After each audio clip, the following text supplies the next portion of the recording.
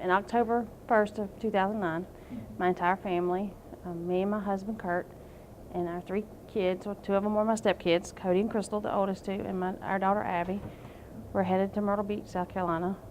We left after lunch that day, and it's about a 5-hour drive, so we were almost in Myrtle Beach. We're in Florence County, South Carolina. Just headed into Myrtle Beach. It was getting dark because it was about like 8 o'clock. We come into some heavy traffic on a 4-lane road. We noticed up in the distance there was a dump truck that was not moving very fast, and we ended up behind that dump truck. Traffic was really heavy, and Kurt was trying to get over into the other lane to go around the dump truck. He said, brace yourself, here comes something big and fast. And that was the last I heard until I woke up smelling smoke. And so I turned around, and there were flames coming from behind my 4-year-old's car seat. And I started hollering for everybody, and I patted Kurt on the hand, and I said, hey, Kurt, we've got to get out of here. This truck's on fire. We've got to get these kids out of here. And he didn't respond. And I did that one more time, and I started hollering for Cody and Crystal and Abby, and Cody and Abby responded to me, and Crystal didn't. And I told Cody, I said, you got to, whatever you got to do, you got to get out of here, and you got to get your sisters out of here. And he said, Vickie, my foot is stuck. And I said, Cody, you just got to get it loose. You just got to get out. So he was behind me. We were on the passenger side, and he somehow pulled himself out of that window and across the top of the truck and came down on the pavement. And his oldest sister, Crystal, was hanging out of the truck, and he pulled her out, and I think he realized she was gone. And so he got Abby. I told Abby while we were waiting, I said, Abby, unbuckle your seatbelt and move toward the door. And the truck just continued to fill with smoke and flames. And the only way out, he got her out, and I told them just get as far away from the truck as they could because I knew it was going to explode. And after they were out, I crawled over the console and went toward the back because that was the only door that was open. And it was just open like this. And I was sitting there and trying to get out, and I had my left leg and left arm out of the door, and my lungs were filling with smoke, and I was just thinking, this is it, you know, I'm gone. And I could look and see my right side was in the flames.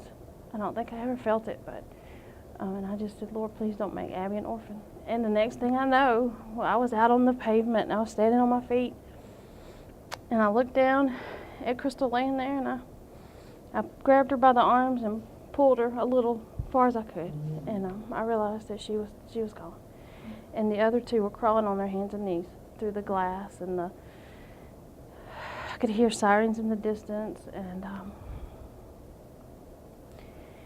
so I laid her hands back down, and I went and picked up Abby, and we made our way to the side of the road, and we just sat there and watched as the truck started exploding.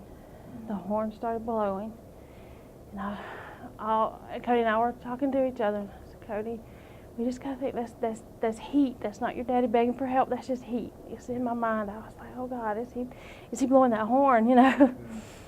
And there was a man on this side of the bridge saying, I want to help, but I can't get over there. You know, it seemed like a very long time before anybody ever came.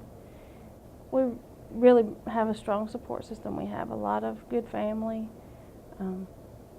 We have our faith.